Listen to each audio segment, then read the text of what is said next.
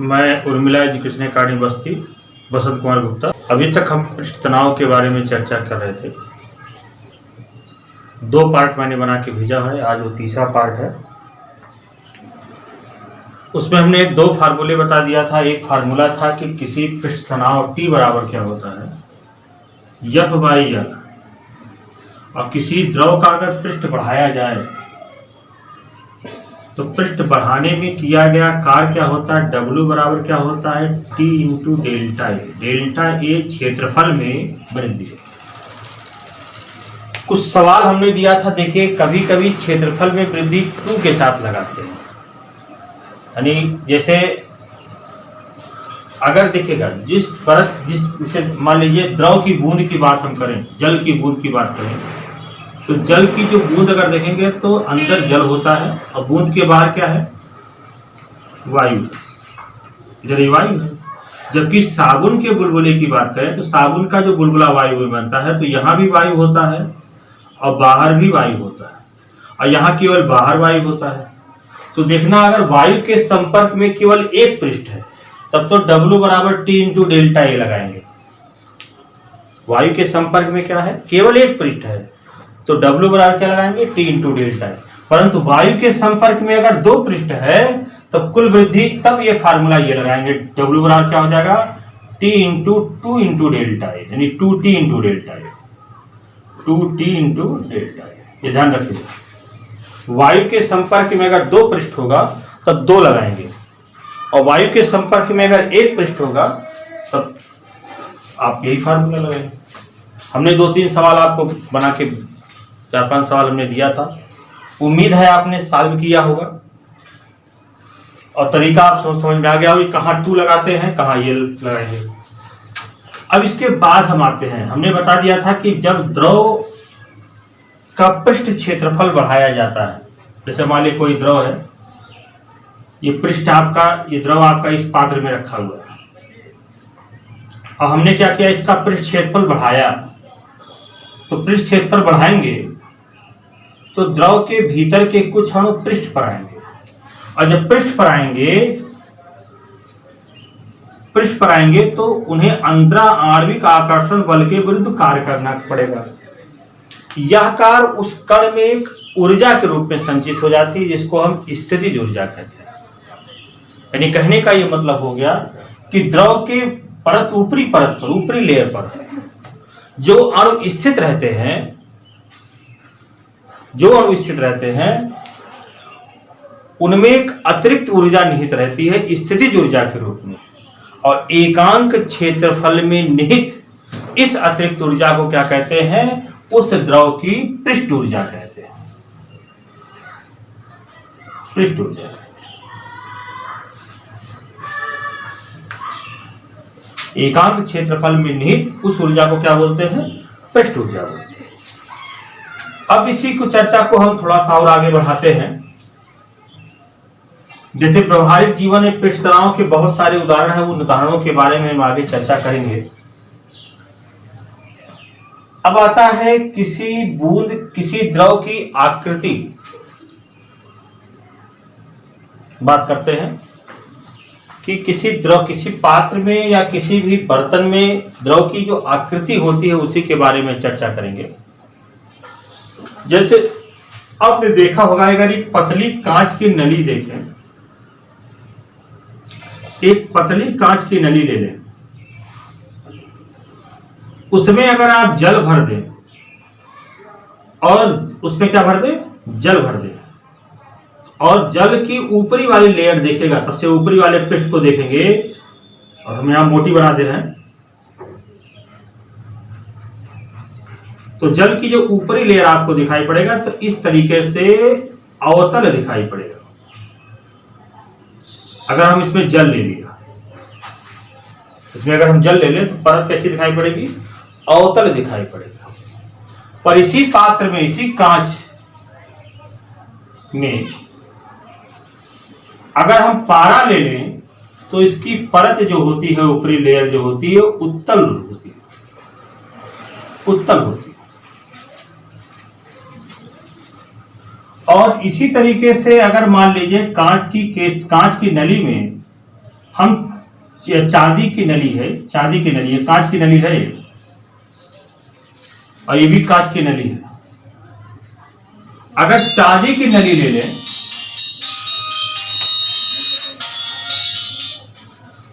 चांदी की नली ले लें और उसमें जल भर दें, तो जल की जो परत होगी वो समतल होगी। 3 स्थितियां हैं यहां।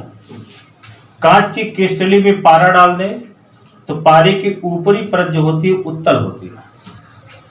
कांच की नली में अगर हम जल डाल दें, और जानते होंगे पारा कांच को नहीं भिगोता है, मैंने पहले बताया था। जल डाल दें तो उसकी परत क्या होती है, अवतल होती है। और अगर चांदी के पात्र में या चांदी की नली ले लें, उसमें अगर हम जल डाल दें, शुद्ध जल डाल दें, तो उसकी परत समतल होती है। इसका कारण क्या है? तो इसका महत्वपूर्ण कारण यह है, इसका मेन कारण है कि जल का द्रव का पृष्ठ तनाव है। पृष्ठ तनाव के कारण उत्तल, अवतल और समतल पृष्ठ होता है। अब उत्तल या इस पृष्ठ उत्तल अवतल की व्याख्या हम कैसे करते हैं, ध्यान दीजिएगा। जैसे हमने मान लीजिए कि एक पात्र लिया,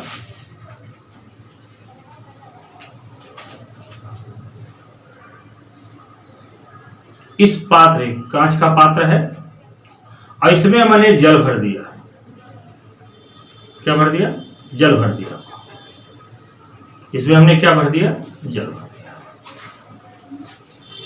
तो जल, कांच के पात्र में अगर जल भरा जाए तो जल की परत जो होगी वो कैसे होगी? अवतल होगी। इसका रीजन क्या है? पृष्ठ तनाव के आधार पर इसकी व्याख्या क्या हुआ है, उसी को हम बताने जा रहे हैं। तो आप देखेंगे कि जल का ये ऊपरी वाले भाग की बात करेंगे, यहां पर स्थित कण की बात करिए। इस कण पर देखिए 2 बल काम करेंगे, यानी जल के संपर्क वाला पृष्ठ देखिए, जल के ऊपरी लेयर में, ऊपरी भाग पर जो अणु है उसके संपर्क में जो पृष्ठ है उसकी बात करते हैं, उस अणु की बात करते हैं। तो यहां देखिए 2 बल काम करेंगे। एक बल काम करेगा इस जल के अणु और कांच के अणु, कांच के अणु इस जल के अणुओं को अपनी ओर आकर्षित करेंगे, अर्थात असंजक बल लगाएंगे। और इसको जल के अन्य अणु क्या करेंगे? इसको अपनी ओर आकर्षित करेंगे, अर्थात ससंजक बल लगाएंगे। इसी अणु पर देखिए 2 बल काम करेंगे। एक संपर्क में जो अणु है उस पर 2 बल काम करेंगे। एक तो करेगा कांच के अणु, उसको अपनी ओर खींचेंगे, यानी कौन सा बल लगाएंगे? कांच के अणु और जल के अणुओं के बीच लगने वाला असंजक बल। और दूसरा, इस अणु को अन्य अणु अपनी ओर आकर्षित करेंगे तो कौन सा बल लगेगा? ससंजक बल। जल के अन्य अणु इसको आकर्षित करेंगे तो कौन सा बल लगेगा? ससंजक बल। अब आपको मैंने बताया था जल कांच के लिए, जल कांच के लिए आसंजक बल का मान, असंजक बल का जो मान होता है वो ग्रेटर देन होता है ससंजक बल के लिए, यानी P बड़ा होगा। अब चूंकि 2 बल लग रहे हैं तो इसका परिणामी भी कुछ कहीं होगा। तो चूंकि आसंजक बल का मान है अधिक है, तो परिणामी जो होता है वो, परिणामी दोनों का मान, परिणामी बल R है, वो P की ओर विस्थापित है। 2 बल अगर किसी बिंदु पर लगे हों तो जो बल अधिक परिमाण का होगा, पर उन दोनों का जो परिणामी होगा अधिक परिमाण वाले बल की ओर विस्थापित होता है। ये आपको पढ़ाया जाएगा। तो परिणामी बल का क्या हो गया? इसके अधिक भाग की ओर विस्थापित हो जाएगा। ऐसे यहां भी एक क्रिया संपन्न होगी। बाकी पर इस यहां की बात करते हैं तो यहां पर देखिए कोई बल कार्य नहीं करेगा, यहां पर केवल ससंजक बल कार्य करेगा। ये यहां पर चूंकि ये संपर्क में नहीं है तो यहां के अणुओं पर केवल ससंजक बल कार्य करेगा। तो इसलिए ये ऊपर वाली परत जो होती है, यहां वाली परत, शेष परत जो भाग होती है, वो थोड़ा सा क्या हो जाती है? झुक जाती है। और इसका तल कैसा बन जाता है? अवतल बन जाता है। ऊपर वाली परत आकर्षित जाएगी, यहाँ के जो परत पर, यहाँ पर जो अणु है इसको नीचे वाले अणु क्या करेंगे? अपनी ओर आकर्षित करेंगे। तो जैसे समझ लीजिए ऐसे है, एक तार ले लीजिए, उस तार में यहाँ स्थिर हो गया, ये ऊपर गया, बाकी नीचे चला गया, तो तल कैसा हो जाएगा? अवतल हो जाएगा। पर ये बड़े पात्र में नहीं दिखता, छोटे पात्र में अगर देखेंगे ना, नली छोटी रहेगी, जितनी पतली नली उतना स्पष्ट आपको दिखाई पड़ेगा। बड़े में भी होता है पर वो समतल लगभग दिखाई पड़ता है। समझ में आ गया? तो ये था कि जल को अगर कांच की नली में रखा जाए तो जल का तल, ऊपरी तल जो होता है वो कैसा होता है, अवतल होता है। ये निर्भर करता है ससंजक और असंजक बल के कारण। अब इसी जल में अगर हम पारा रख दें, ध्यान दीजिएगा, इसी कांच की नली में क्या रख दें, पारा रख दें, इस पात्र में हम क्या रख दें, पारा रख दें, तब क्या होगा देखो ध्यान से। अब की हम पारे की बात करते हैं। अब जानते होंगे पारा कांच को नहीं भिगोता है, तो इसके संपर्क वाले अणु पर भी दो बल काम करेगा, वही दो बल काम करेगा। पहला बल क्या होगा, ससंजक बल, यानी कांच के अणु पारे के अणुओं को अपनी ओर आकर्षित करेंगे। ये संपर्क वाले अणु की बात हो रही है। और इस अणु को क्या करेंगे, पारे के अन्य अणु जो है इस अणु को अपनी ओर आगे करेंगे, इसके लिए बल लगाएंगे, वो ससंजक बल होगा। और कौन सा बल, ये अंदर की ओर। अब जानते होंगे पारे तो दोनों का परिणामी कहीं काम करेगा। आप जानते होंगे पारे कांच के लिए ससंजक बल का मान अधिक होता है, इसलिए पारा कांच को नहीं भिगोता है। तो ससंजक बल का मान क्या होगा, तो परिणामी बल किधर हो जाएगा, इस Q की ओर विस्थापित, परिणामी बल जो R होगा इस Q की ओर विस्थापित हो जाएगा। तो ये वाला अणु जो है नीचे की ओर विस्थापित, ये दोनों पार्ट में यहाँ और यहाँ वही क्रिया यहाँ भी होगी, तो ये नीचे चला जाएगा और बाकी पृष्ठ जो हो जाएगा वो उठ जाएगा। यानी कहने मतलब इस तरीके से क्रिया, जैसे ये दोनों अगर नीचे झुक जाएं तो ये वाला उठ जाएगा ना, उठ जाएगा, तो ये कैसा तल हो जाएगा, उत्तल हो जाएगा।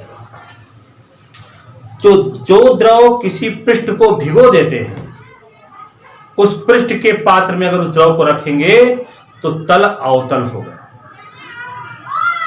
और जो द्रव उस पृष्ठ को नहीं भिगोते हैं, उस पृष्ठ में अगर उस पात्र को रखेंगे, जो द्रव उस पृष्ठ को नहीं भिगोते हैं, अगर उस द्रव को उस पृष्ठ के बने पात्र में रख दें तो उसका तल क्या हो जाएगा, उत्तल होता है। ये अवतल उत्तल के बारे में बात होती है।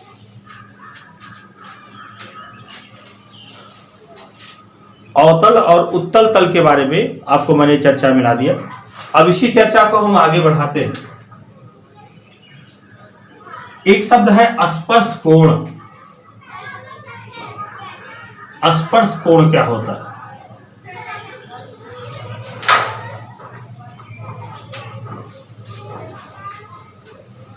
अच्छा, ससंजक बल और असंजक बल जब बराबर होते हैं, उस स्थिति में दोनों जब बल बराबर होते हैं तो उस स्थिति में परिणामी जो, तब वो स्थिति जब उत्पन्न होती है, जैसे चांदी के पात्र में अगर आप जल डालें तो जल समतल होगा। वो इसलिए ऐसा होता है कि ससंजक बल और असंजक बल उस पृष्ठ दोनों के लिए बराबर होते हैं, इसलिए उसका तल ना उत्तल हो पाता है ना अवतल, वो समतल बना रहता है। अब एक शब्द है आपका स्पर्श कोण। स्पर्श कोण क्या होता है कि द्रव और पृष्ठ के लिए बात करते हैं। ये मान लीजिए पात्र ये है, ये देखिए ये जल भरा गया है, तो द्रव और पृष्ठ के संपर्क बिंदु से, आप जानते होंगे तल अवतल उत्तल होता है पृष्ठ का, तो इसके संपर्क बिंदु से इस जो वक्राकार भाग है इस पर खींची गई स्पर्श रेखा, यानी उस तल के इसके संपर्क में खींची गई स्पर्श रेखा, और उसी बिंदु से उस पृष्ठ पर खींची गई स्पर्श रेखा, देखिए द्रव के पृष्ठ पर खींची गई स्पर्श रेखा और उसी बिंदु से वो जो पात्र है उसके पृष्ठ पर खींची गई स्पर्श रेखा के बीच बनने वाले कोण को क्या कहते हैं, स्पर्श कोण कहते हैं। जैसे यहां देखिए, इसी बात को यहां देखिए, उत्तल अगर है तब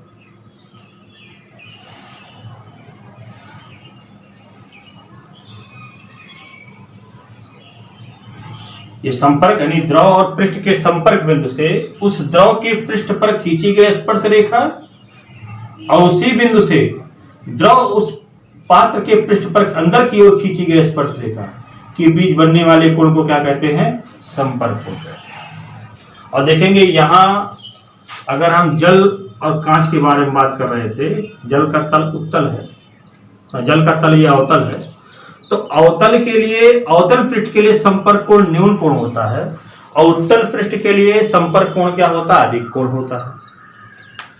या दूसरे शब्दों में कह सकते हैं, जो द्रव किसी पृष्ठ को भिगो देते हैं उसके लिए स्पर्श कोण जो होता है या संपर्क कोण भी इसको कहा जाता है, वो न्यून कोण होता है। जो नहीं भिगोते उनके लिए संपर्क कोण या स्पर्श कोण क्या होता है, अधिक होता है।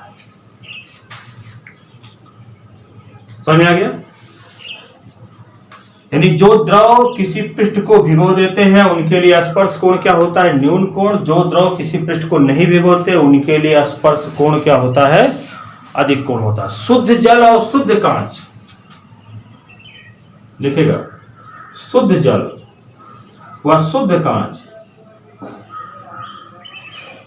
के लिए स्पर्श कोण जो होता है वो 0 डिग्री होता है। शुद्ध जल और शुद्ध कांच के लिए स्पर्श कोण 0 डिग्री होता है। अब कल इसके बारे में और विस्तृत चर्चा करेंगे। पृष्ठ तनाव का कुछ और सूत्र आपको बताएंगे, केश नली के बारे में चर्चा करेंगे। तो आगे की चर्चा कल करेंगे। धन्यवाद।